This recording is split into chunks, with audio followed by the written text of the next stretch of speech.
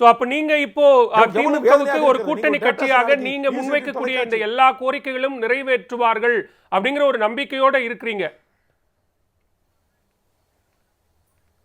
அவன் நம்பிக்கையோட தான் போராடுறான். இப்ப அதுக்காக தான் நான் சொன்ன அந்த தமிழ்நாட்டை சாராதவர்கள் எந்த மாநிலத்தை சேர்ந்தவர்களும் டிஎன்பிசி தேர்வை எழுதி அவர் டைரக்ட் டிஎஸ்பி ஆக, டைரக்ட் உரிமையல் நீதிபதியாக, டைரக்ட் கமர்ஷியல் டாக்ஸ் அசிஸ்டன்ட் கமிஷனராக, டிஸ்ட்ரிக்ட் ரிஜிஸ்ட்ராராக வரலாம் என்கிற அந்த நிலையை என்னுடைய கூட்டணி கட்சியினுடைய தோழமை சூட்டுதல் சட்டமன்றத்தில் நான் கொண்டு வந்த தீர்மானம் அல்லது நான் எடுத்து வைத்த வாதத்தின் அடிப்படையில் தான் முதலமைச்சர் அந்த சட்டத்தை இன்னைக்கு மாற்றம் செய்திருக்கிறார்.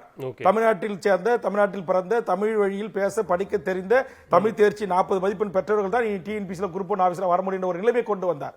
அதுபோன்று நானும் கூட்டணி கட்சி தலைவர்களும் சென்று முதலமைச்சரை சந்தித்து முறையீட்டினுடைய விளைவுதான் தொழிலாளர்களுக்கு 8 மணி நேர வேலை 12 மணி நேரம் என்பதை ரத்து செய்திருக்கிறார். ஆக தமிழ்நாடு முதலமைச்சர் அவர்கள் சில கருத்துக்களை கூட்டணி கட்சி தலைவர்கள் நானோ, அண்ணன் திருமா அவர்களோ, பாலகிருஷ்ணனோ, முத்தரசனோ, ஜவஹர்லாவோ, அண்ணன் ஈஸ்வரன் போன்றவர்களோ நாங்கள் முன்வைக்கின்ற போது அதை அவர் பரிசீலிக்கிறார். ஆக நாங்கள் சொல்வது இந்த அரசு, நாங்கள் கூட்டணியில் இருக்கிற இந்த அரசு, மக்களை நாங்கள் அனைவரும் சேர்ந்து சந்தித்து வாக்கை பெற்று வாங்கி ஆட்சியில் இருக்கிற இந்த அரசு நாங்கள் சொல்வதை கேட்டு அதை அவர்கள் செய்து முன்வந்தார்கள் என்று சொன்னால் தமிழ்நாட்டு மக்களுக்கு நன்மை பயக்கும், தமிழ்நாட்டு மாணவர்கள் நன்மை பயக்கும், தமிழ்நாட்டு மருத்துவர்கள். இன்னைக்கு தமிழ்நாட்டில் சேர்ந்த யூஜி மாணவர்கள் எவனும் இன்னைக்கு பிஜிக்கு மேல சூப்பர் ஸ்பெஷாலிட்டி இடத்துக்கே வர முடியல பாலவேல் சார். இன்னைக்கு ஸ்டாலின்ல எம்எம்சில 17 உயர் மருத்துவ சூப்பர் ஸ்பெஷாலிட்டி மருத்துவ படிப்பு இருக்குன்னா 15 பேர் வடநாட்டுக்காரங்க. மொத்தத்துக்கு 5 கோடி ரூபாய் தமிழ்நாட்டு மக்களுடைய வரி பணம் செலவாகுது. நாங்க உள்ள நுழைய முடியல. தமிழர்களை உள்ளே நுழைய விடாமல் தடுப்பதற்கு நீங்க நீட்டை கொண்டு வரீங்க. அது மால் பிராக்டிக்ஸ் நடக்குது, தவறுகள் நடக்குது. கொஸ்டினுக்கான ஆன்சரை வட இந்திய தேர்வு மையங்கள் அளிக்கிறார்கள். அவர்கள் எழுதி நாங்க மார்க்ல வந்துட்டோம் அப்படின்னு சொல்றாங்க. அவர்கள் உண்மையிலே தங்கள் திறமையின் ஊடாக வரவில்லை என்பதுதான் உண்மை. இங்க எங்களுடைய அரசு வழி கல்வியில், தமிழ் வழி கல்வியில் 1600 மதிப்பெண்ணுக்கு 1196 மதிப்பெண் எடுத்த எங்களுடைய பிள்ளை அனிதா போன்றவர்கள் வர முடியவில்லை. இன்னைக்கு இந்த நீட்டு கோச்சிங்ல 1 லட்சம் கோடி ஒரு ஆண்டுக்கு டர்ன் ஓவர் ஆகுதுன்னு சொல்றாங்க. இன்னைக்கு 1 லட்சம் ரூபாயில இருந்து 5 லட்சம் ரூபாய் வரையில கோச்சிங் பணம் கட்டக்கூடிய பிள்ளைகள் தான் நீட்ல தேர்வு பெற்று இந்த இடத்தை கைப்பற்றாங்க. அந்த இடங்களை யாரெல்லாம் கைப்பற்றாங்க? எல்லாம் வடநாட்டுக்காரர்கள். அப்ப தமிழ்நாட்டை சேர்ந்த மாணவர்கள் நாங்க இன்னும் எங்க போறது? இன்னும் 10 வருஷம் 20 வருஷம் கழிச்சு என்னுடைய தாத்தா பாட்டிக்கு, என்னுடைய அப்பாவுக்கு சூப்பர் ஸ்பெஷாலிட்டி மருத்துவம் பார்ப்பதற்கு ஒரு மருத்துவர் கூட தமிழ்நாட்டில் இருக்க மாட்டாங்க. நீங்க சுங்கச்சாவடி குறித்து குறிப்பிட்டீங்க. வர செப்டம்பர் 1ஆம் தேதி கிட்டத்தட்ட 28 சுங்கச்சாவடிகள்ல சுங்க கட்டணம் உயர்கிறது. உங்களுடைய போராட்டம் அதற்கு எதிராக தொடர்ச்சியா நடந்துகிட்டே இருக்கு. ஆனாலும் இந்த கட்டண உயர்வு அப்படிங்கிறதும் ஒரு பக்கம் தொடர்ச்சியா நடந்துகிட்டே இருக்கு. இது எப்படி தடுப்பது அப்படிங்கிறதுக்கான குறைந்தபட்ச செயல் திட்டங்கள் ஏதாவது இருக்கா? எப்படி தடுப்பது? மக்கள் வாக்களித்து இந்த சட்டமன்றத்துக்கு அனுப்பினார்கள். இது குறித்து நான் விரிவாக பேசினேன். மாண்புமிகு தமிழ்நாடு நெடுஞ்சாலைத்துறை அமைச்சர் ஏவா வேலு அவர்கள் தமிழ்நாட்டில் 40 சுங்கச்சாவடிகள் தான் இருக்கணும், 60 கிலோமீட்டருக்கு ஒரு சுங்கச்சாவடி தான் அமைக்கப்பட வேண்டும். ஆனால் இங்கு 20 கிலோமீட்டருக்கு ஒரு சுங்கச்சாவடிகள் அமைக்கப்பட்டிருக்கிறது. கண்டிப்பாக 20 சுங்கச்சாவடிகளுக்கு மேல் தமிழ்நாட்டில் இருக்க நாங்கள் அனுமதிக்க மாட்டோம். ஒன்றிய அரசுக்கு கடிதம் எழுதியிருக்கிறோம். நானே நேரடியாக சென்று சந்தித்து வலியுறுத்தினேன். விரைவில் அகற்றப்படும் என்று அறிவித்தார்கள். அறிவித்து இன்றைக்கு 3.5 ஆண்டுகள் ஓடிவிட்டன.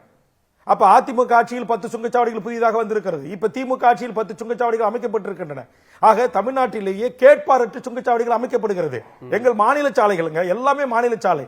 மாநில சாலைகளை தேசிய நெடுஞ்சாலை எடுத்துக்கொண்டு இன்னைக்கு நகாயினூடாக தேசிய நெடுஞ்சாலை ஆணையம் இன்றைக்கு 20 கிலோமீட்டர், உங்களுக்கு கோயம்புத்தூர் நீங்க போயிருந்தீங்கன்னா தெரியும், கோயம்புத்தூர் டு பொள்ளாச்சியில 6 சுங்கச்சாவடிகள் அமைச்சிருக்காங்க. மொத்தமே ஒரு 50 கிலோமீட்டருக்குள்ள. இது எவ்வளவு பெரிய அநியாயம், அக்கிரமம். மாநகராட்சி பகுதிகளில் சுங்கச்சாவடி இருக்கக்கூடாதுன்னு நான் போராடி வாதாடிய பிறகு அண்ணன் ஏவா வேலு அவர்கள் நம்முடைய ஓல்டு மகாபலிபுரம் சாலையில் இருக்கிற 2 சுங்கச்சாவடிகளை நீக்கினார்கள். இன்னைக்கு போரூர் நகரத்துக்குள்ள வருது, இயங்குது. திருவான்மையூருக்கு பக்கத்துல மாநகராட்சி எல்லை பகுதிக்குள்ள வருது, இன்னைக்கு சுங்கச்சாவடி இயங்குது. இது எப்படி அனுமதிக்கிறாங்க? ஓமலூர் மாநகராட்சி பகுதிக்குள்ள வருது, எப்படி அனுமதிக்கிறாங்க? அப்ப இதையெல்லாம் தட்டி கேட்க வேண்டிய அரசுகள், தேர்தல் நேரத்தில் வாக்குறுதி கொடுத்த அரசுகள் அதையெல்லாம் நடைமுறைப்படுத்த வேண்டும். என்னுடைய போராட்டத்துக்கு வலு சேர்க்கின்ற வரையில் இதே திராவிட முன்னேற்ற கழகம் சென்னையிலே மிகப்பெரிய போராட்டத்தை சுங்கச்சாவடி அகற்ற வலியுறுத்தினார்கள். ஆனால் இன்றைக்கு அந்த போராட்டத்திற்கான பதில் ஆட்சி அதிகாரம் கைக்கு வந்த பிறகு இன்னைக்கு அதை நம்ம நடைமுறைப்படுத்தணுமா இல்லையா? இன்னைக்கு கப்பலூர் டோல்கேட்டை எதிர்த்து மக்கள் அங்க தொடர்ச்சியா போராட்டம் நடத்துறாங்களா இல்லையா? தமிழ்நாடு முழுக்க நான் தொடங்கி வைத்த அந்த பெரும் நெருப்பு தீயாக பற்றி எரிகிறது. உள்ளூர் வாகனங்களுக்கு வழி இல்லை. ஒரு பக்கத்து ஊர்ல இருந்து பக்கத்து ஊருக்கு ஒரு கல்யாணத்துக்கு, ஒரு காது குத்திக்கு, மஞ்சள் நாட்டு விழாவுக்கு மக்கள் கார்ல தங்க மகிழ்வுந்துகளை போயிட்டு வந்தா போகும்போது 50 கூட, வரும்போது 50 கூட கேட்கறான். தர மறுத்தா உள்ளூர் குன்றுகளையும் ரவுடிகளையும் வைத்துக் கொண்டு அங்க அடித்து வண்டி வாகனங்கள் அடித்து உடைக்கப்படுகிறது. தமிழர்கள் தாக்கப்படுகிறார். முழுக்க வடநாட்டு பான்புராக்கு கும்பல் உட்காந்துக்கிட்டு அட்ராசிட்டி பண்றான். அச்சரப்பாக்கத்துல வடநாட்டு கும்பல் தமிழர்களை தாக்குறான், புழல்ல தாக்குறான். இதே நியூஸ் வெட்டியில் நீங்க செய்தி வெளியிட்டு இருக்கீங்க. அப்ப இதெல்லாம் கட்டுப்படுத்த வேண்டிய அரசு கட்டுப்படுத்தணுமா இல்லையா? இதெல்லாம் தட்டி கேட்க வேண்டிய தமிழகம், தமிழ்நாட்டுடைய அரசியல் கட்சிகள், தமிழ்நாட்டு மக்களுடைய வாக்குகளை கேட்பதற்கு மட்டும் இனிக்க வீதிகளுக்கு சென்று பேசுகின்றவர்கள் இந்த அநியாய அக்கிரமங்களை, ஆட்சி அதிகாரத்தில் தமிழருடைய உரிமைகள் பறிபோவது, ஒரு இன்கம் டாக்ஸ்ல ஒரு உயர்ந்த அதிகாரி தமிழர் இல்ல, ஒரு சிபிஐ அலுவலகத்தில் இல்ல, சென்னை விமான நிலையத்தில் ஒரு தமிழ்நாட்டு காவலர்கள் தான் காவலராக இருந்தார்கள். இன்றைக்கு அனைவரும் வெளியேற்றப்பட்டு இன்றைக்கு இந்தியாவுடைய துணை ராணுவம் இந்திக்காரர்கள் கொண்டு திணிக்கப்படுறான். நாட்டுடைய முதலமைச்சராக இருந்த கலைஞருடைய மகள் கனிமொழியை பார்த்து நீ இந்தி தெரியவில்லை என்றால் நீ இந்தியாரே இல்லை என்று அவரை விரட்டுகிறார்கள். அப்ப சாதாரண பொதுமக்களுக்கு ஒவ்வொரு நாளும் இன்றைக்கு கோயம்புத்தூர்ல இன்னைக்கு சிஐஎஸ்எஃப் கொண்டு வந்து நிறுத்திட்டீங்க, துணை ராணுவத்தை. எல்லா விமானங்களையும் இன்னைக்கு ராணுவ கட்டுப்பாடு, சென்னை ஹார்பர் ராணுவ கட்டுப்பாடு. இது எல்லாம் ஒரு 20 ஆண்டுகளுக்கு 15 ஆண்டுகளுக்கு முன்படி தமிழ்நாட்டு காவலர்களுக்கு வேலையும் கிடைத்தது. தமிழ்நாட்டு இளைஞர்களுக்கு தமிழ்நாட்டு காவலர்களும் பாதுகாப்பாளராகத்தான் இருந்தார்கள். அவர்கள் காலத்தில் இவர் விமான நிலையங்களில் கடத்தல்கள் இல்ல. இன்னைக்கு சுங்கத்துறை என்று சொல்லக்கூடிய சுங்கத்துறையில இன்னைக்கு வடநாட்டுக்காரன் வந்து உட்கார்ந்துகிட்டு இந்த தங்கம் வெளிநாட்டு உயர்ந்த பொருட்களை கடத்துவதற்கு ஏதுவாக தினந்தோறும் சென்னை விமான நிலையத்தில் கடத்தல் வேறு மாநிலத்தவர்களால் அனுமதிக்கப்பட்டு கொண்டுதான் இருக்கிறது. அது இதுவே தமிழ்நாட்டை சேர்ந்தவர்கள் சுங்க அதிகாரிகளாக காவல் அரணாக இருந்த போது அவ்வளவு பெரிய அளவிலே நடக்கவில்லை.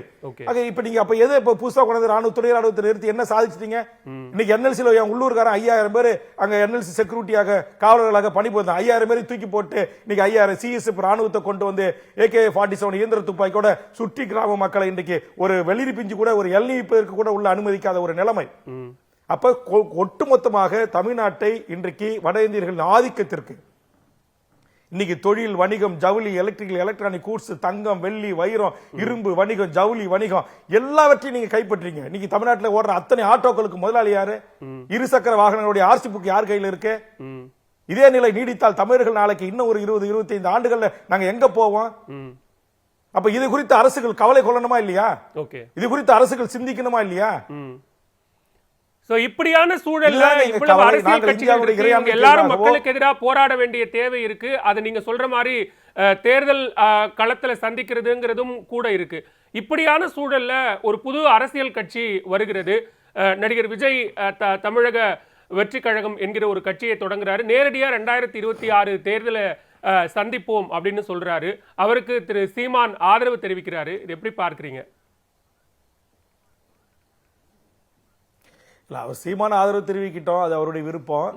நான் கூட திரு விஜய் அவர்களுக்கு ஆதரவு தெரிவிக்க தயாராக இருக்கிறேன். இவ்வளவு நேரம் பாலவேலியிடம் நான் என்னுடைய தமிழ் சமூகத்திற்கு இழக்கப்படுகின்ற அநீதியை குறித்து எவ்வளவு கோபமாக நான் இந்த பிரச்சனைகளை உங்கள் முன் வைத்திருக்கிறேனோ, இந்த பிரச்சனைகளை குறித்து நாளைக்கு பாலவேல் அவர்களோ தங்கள் தொலைக்காட்சியினுடைய முதன்மை ஆசிரியர் அவர்களோ இது குறித்து விஜயுடன் ஒரு பத்திரிகையாளர் சந்திப்பில் இதற்கெல்லாம் நீங்கள் கேள்வி எழுப்புங்கள்.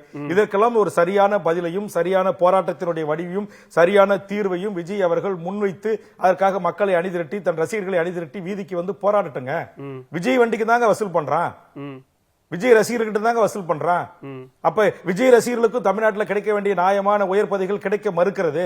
விஜய் ரசிகருடைய பிள்ளை செல்வங்களும் தான் இன்னைக்கு நான் சொன்ன தமிழ்நாடு முழுக்க இருக்கிற மெடிக்கல் காலேஜ்ல இன்னைக்கு யூஜில இருந்து பிஜில இருந்து 90%, 70%, 50% இடங்களை இன்னைக்கு மாற்றான் கைப்பற்றிக் கொள்கிறான்.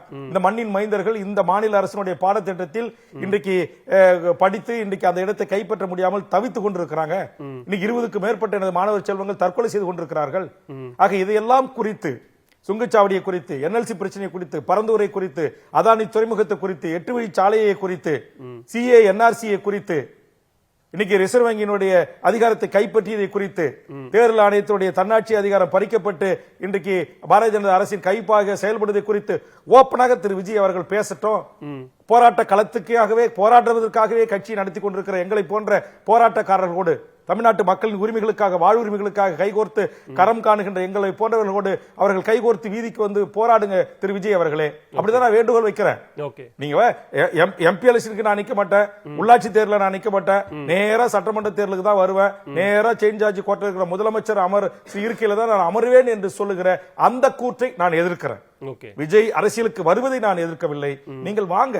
தமிழ்நாட்டுக்கு இவ்வளவு பிரச்சனை, இன்னைக்கு விலைவாசி இன்னைக்கு விண்ண முட்டிக்கிட்டு இருக்குங்க. இன்னைக்கு பெட்ரோல் என்ன விலை, டீசல் என்ன விலை, கேஸ் என்ன விலை, இன்னைக்கு அரிசி என்ன விலை, பருப்பு என்ன விலை, காய்கறிகள் என்ன விலை, எண்ணெய் என்ன விலை, இன்னைக்கு மக்கள் திண்டாடுறான். இன்னைக்கு டோல்கேட் நீங்க ஒரு ஆண்டுக்கு 2 முறை பாலவேல் சார் நீங்க சொல்லுங்க, ஒரு சாலையை போட்டுட்டானா வசூல் பண்ண ஆரம்பிச்சிட்டாங்கன்னா வசூல் பண்ண முதலாளிக்கு பணம் வர வர அந்த டோல்கேட்டினுடைய வரி விதிப்பை அல்லது கட்டண உயர்வை குறைக்கணுங்க. இதாங்க அரசு, இதான் ஒரு நல்ல அரசு.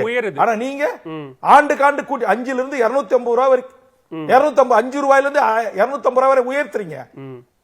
தேசிய நெடுஞ்சாலை ஆணையம் வகுத்தளித்த எந்த டேர்ம் ஆஃப் கண்டிஷன்ஸ் நீங்க நிறைவேற்றவே இல்ல. ஒரு சாலையில கூட குடிநீர் வசதி இல்ல, இலவச போன் இல்ல, ரெக்கவரி வண்டி இல்ல, ஆம்புலன்ஸ் இல்ல. ஒரு மரத்தை வெட்டினா 10 மரத்தை நடணும்னு சொல்லி உச்சநீதிமன்றம் உயர்நீதிமன்றம் ஒரு மரத்தை நடல. ஒரு நீழ்கூட இல்ல, ஒரு ஓய்வு இல்லங்கள் இல்ல, ஒரு கழிவறைகள் இல்ல. ஆசிர அவசரத்துக்கு பெண்களோ சாலையை பயன்படுத்த பயனாளிகளோ பயன்படுத்துவதற்கு அப்ப என்னத்தை நீங்க பராமரிக்கிறீங்க? நிறைவு கேள்வியா வைக்கிறேன். பன்னாட்டு நிறுவனங்கள் தமிழ்நாட்டில் தொழில் தொடங்குறதுல அந்த தொழில் நிறுவனங்கள் இங்க வந்து தமிழ்நாட்டில் தொடங்கி அவர்களினுடைய செயல்பாடுகள்ல நிறைய உங்களுக்கு மாற்று கருத்துக்கள் இருந்தது. நிறைய நிறுவனங்களுக்கு எதிராக நீங்க நிறைய போராட்டங்களையும் கூட முன்னெடுத்திருந்தீங்க. அப்படியான சூழல்ல நிறைய தொழில் முதலீடுகளை ஈர்ப்பதற்காக முதலமைச்சர் வெளிநாட்டு பயணம் மேற்கொண்டிருக்கிறார். இன்னும் நிறைய நிறுவனங்கள் தமிழ்நாட்டில் தொழில் தொடங்கக்கூடிய ஒரு ஏதுவான சூழல் இருக்கு அப்படின்னு சொல்லப்பட்டிருக்கு. இது குறித்து உங்களுடைய பார்வை நிறைவாகவும் பெற விரும்புகிறேன். தமிழ்நாட்டிற்கு தொழில் நிறுவனங்கள் வர வேண்டும். தமிழ்நாட்டில் இருக்கிற லட்சக்கணக்கான கிட்டத்தட்ட 1 கோடி இளைஞர்கள் படித்துவிட்டு வேலை வாய்ப்பு இல்லாமல் இலவு காத்த கிளி போல் காத்திருக்கிறார்கள். அவர்களுக்கு வேலை கிடைக்க வேண்டும், அதில் எந்த மாற்று கருத்து இல்லை. ஆனா மறைந்த முதலமைச்சர் அம்மையார் ஜெயலலிதா அவர்கள் இங்க இருக்கிற ட்ரேட் சென்டரிலே உலக முதலீட்டு மாநாடுகளை நடத்தி லட்சக்கணக்கான கோடிகளை நாங்கள் கொண்டு வந்தோம் என்று சொன்னார்கள்.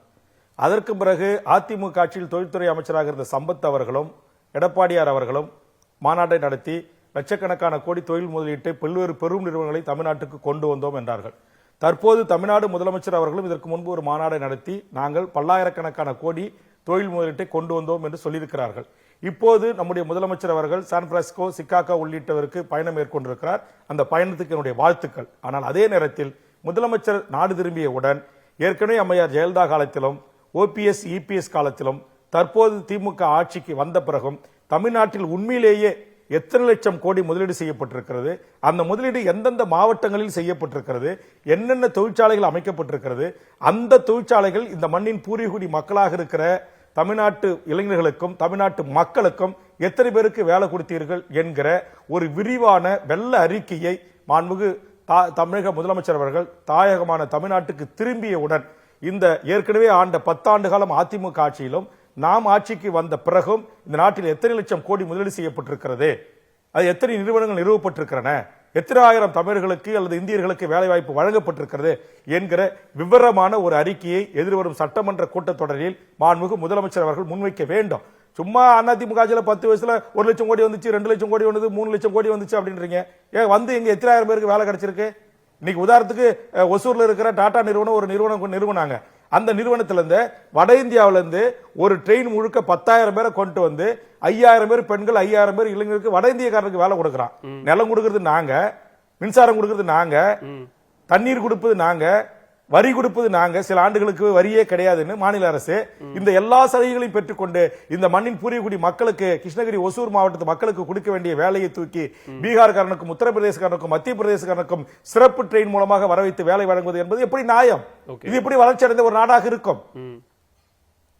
ஆக இதையெல்லாம் குறித்து ஒரு விவரமான விவர வெள்ள அறிக்கை தந்தால் மட்டும்தான் உண்மையிலேயே தமிழ்நாட்டு மக்கள் நம்முடைய முதலமைச்சர் உண்மையிலேயே வெளிநாட்டு முதலீடுகளை ஈர்த்து இங்கு இத்தனை ஆயிரம் பேருக்கு வேலை தந்திருக்கிறேன். நேற்று கூட சென்னை விமான நிலையத்திலே சில குறிப்புகளை சொன்னார், நான் வரவேற்கிறேன். அது ஆதாரப்பூர்வமாக அதிகாரப்பூர்வமாக மாவட்ட வாரியாக ஒரு டீடைல்ஸ் ரிப்போர்ட்டை இன்னைக்கு இந்திய நாட்டுடைய தணிக்கைத்துறை அக்கவுண்டன்ட் ஆடிட் ஜெனரல் எப்படி தமிழ்நாடு அரசின் வரவு செலவுகளை கணக்குகளை ஆய்வு செய்து சட்டமன்றத்தில் அறிக்கையை ஆண்டுதோறும் தாக்கல் செய்கிறார்களோ அதுபோன்று நம்முடைய தமிழக முதலமைச்சர் அவர்கள் கடந்த 15 ஆண்டுகளில் தமிழ்நாட்டை ஆண்ட திமுக அதிமுக ஆட்சியில் அதை குறித்து எங்கெங்கு இந்த முதலீடுகள் செய்யப்பட்டிருக்கிறது, என்னென்ன தொழிற்சாலைகள் அமைக்கப்பட்டிருக்கிறது, எத்தனாயிரம் தமிழர்களுக்கு வேலை வழங்கப்பட்டிருக்கிறது, அதனூடாக எத்தனாயிரம் தமிழர்களுடைய வாழ்வு வளம் பெற்றிருக்கிறது என்கிற ஒரு விவரமான வெள்ளை அறிக்கை தாக்கல் செய்தால் மட்டும்தான் தமிழ்நாட்டு மக்கள் உண்மையிலேயே தமிழ்நாட்டுக்கு 8 லட்சம் கோடி முதலீடு வந்திருக்கிறது, நம்முடைய பிள்ளை செல்வங்கள் இங்கெல்லாம் வேலை செய்வதற்கான ஒரு பாதுகாப்பு அரணை